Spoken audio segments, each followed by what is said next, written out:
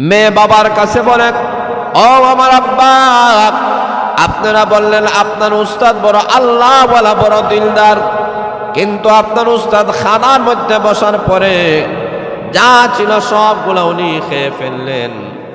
উনি দেখা যায় বড় ফেটু।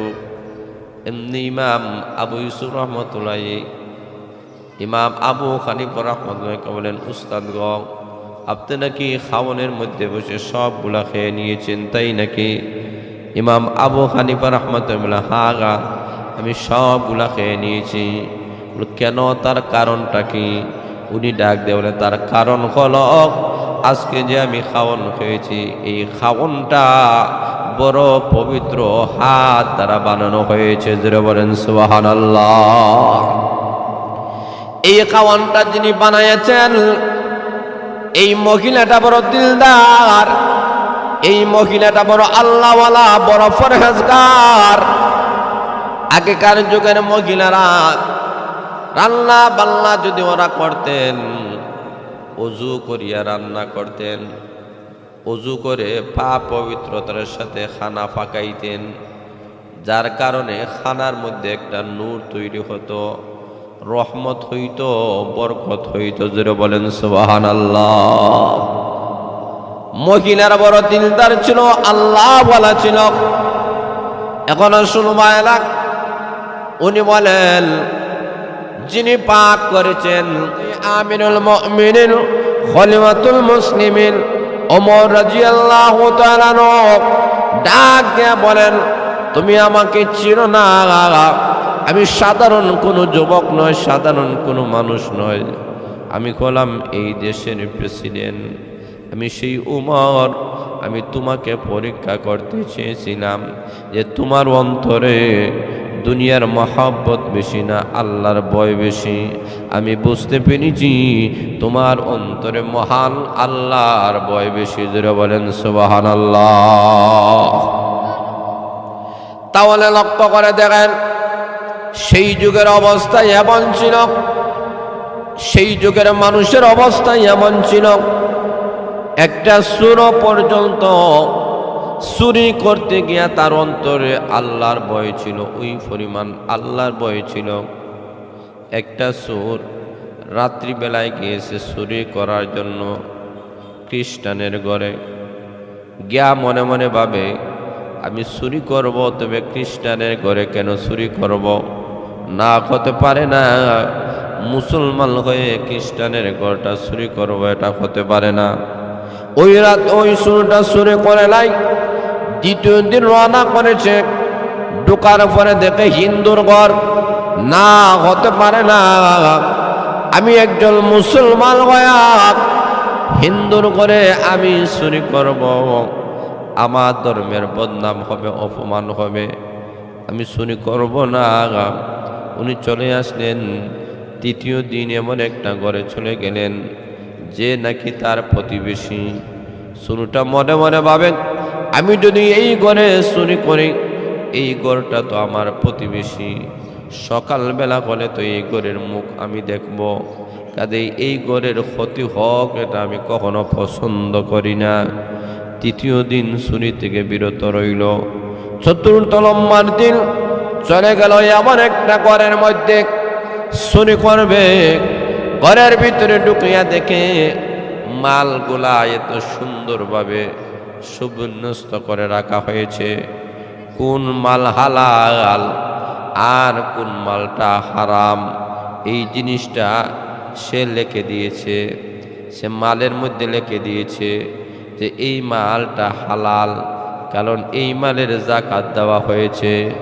ওই মালটা 6 মাস হয়েছে, এখনো তার যাকাত দেওয়া হয় নাই। এইভাবে হালাল এবং হারাম মালগুলার মধ্যে লিখে দেওয়া হইতেছে।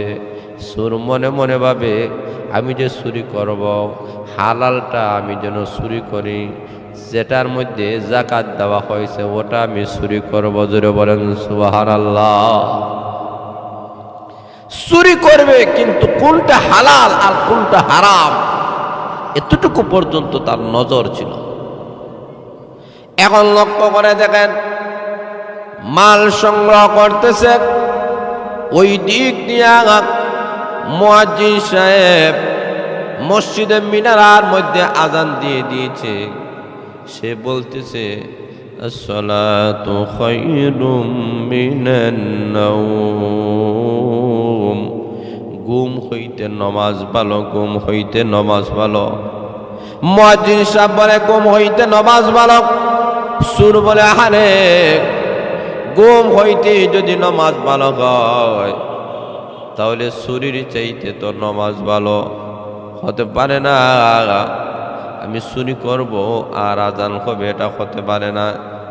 লোকটা বলে আমি নমাজ পড়ব, তো নমাজ পড়তে হলে নমাজের জন্য তো আজান লাগবে। সুরটা ঘরের ভিতরে আজান দেওয়া শুরু করেছে। যেই মুহূর্তে আজান দেওয়া শুরু করেছে, ঘরের মালিক বড় আল্লাহওয়ালা, বড় দিলদার, বড় তাহাজ্জুদওয়ালা, তাহাজ্জুদের নামাজের সালাম ফিরাইয়া তাকাইয়া দেখে সুরটা ঘরের সামনে। ডাক দিয়া বলে তুমি কে? আজান দিলা? বলে আমার পরিচয় জানবো আপনি পরে, আগে নমাজ পড়ে নেই। কে নমাজ পড়াবে? সুরটা বলে আমি নিজেই নমাজ তোমাকে পড়াইয়া, আমি ইমাম কইয়া নমাজ পড়াইয়া তোমাকে মুসল্লি বানাইয়া দেব। জোরে বলেন সুবহানাল্লাহ। সুরের ইমামতির মাধ্যমে নামাজ শুরু হয়ে গেল। নামাজ পরিপূর্ণভাবে যখন শেষ হয়ে গেল, এবার মালিক ডাক দেওয়া, আপনাকে এত সকালবেলা আবার বাড়ির মধ্যে চলে এসেছেন, যতক্ষণ পর্যন্ত আপনার পরিচয় তুলে ধরা না হবে ততক্ষণ পর্যন্ত আমি কিন্তু আপনাকে ছাড়ব না। শুরু বলে মালিক আমাকে ছেড়ে দাও, আমাকে লজ্জিত করিও না, অপমানিত আমাকে করিও না। আমি সাধারণ একজন মানুষ, আমার ঘরে খাওয়ার নাই, টাকা নাই, পয়সা নাই, কিছুই নাই। আমার ঘরে কিছুই নাই, আমার টাকা নাই, আমার পয়সা নাই, ধন নাই, দৌলত নাই, কোনো কিছুই নেই। আমার অভাবের কারণে আমি চুরি করার জন্য বাইরে হয়েছে। আমি চোর হলে কি হবে? আমার অন্তরে আল্লাহর ভয় আছে, পরকালের জবাবদিহি তার ভয় আছে।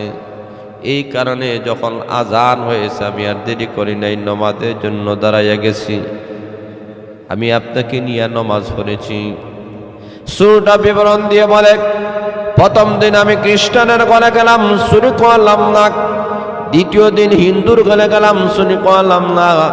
তৃতীয় দিন প্রতিবেশের ঘরে গেলাম, তাও চুরি করলাম না। আজকে আসলাম আপনার ঘর চুরি করার জন্য, কিন্তু আজান হওয়ার কারণে আমি নমাজে দাঁড়ায় গেছি, আপনার কাছে আমি ধরা ফেরে গেছি। আমি অভাবী, আমার টাকা নাই, পয়সা নাই, এই কারণে আমি চুরি করি। লোকটা ডাক দিয়ে বলে, আপনি একটু দাঁড়ান। দরজা বন্ধ করে নিচের রুমে গিয়া স্ত্রীর সাথে পরামর্শ করে প্রাণের স্ত্রী, গো আমাদের ঘরে এমন একটা আল্লাহওয়ালা যুবক ঢুকেছে। এই যুবকটা, তার অন্তরে আল্লাহর ভয়, পরকালের ভয় আছে, কিন্তু অভাবের তাড়নায় যুবকটা যদিও চুরি করে।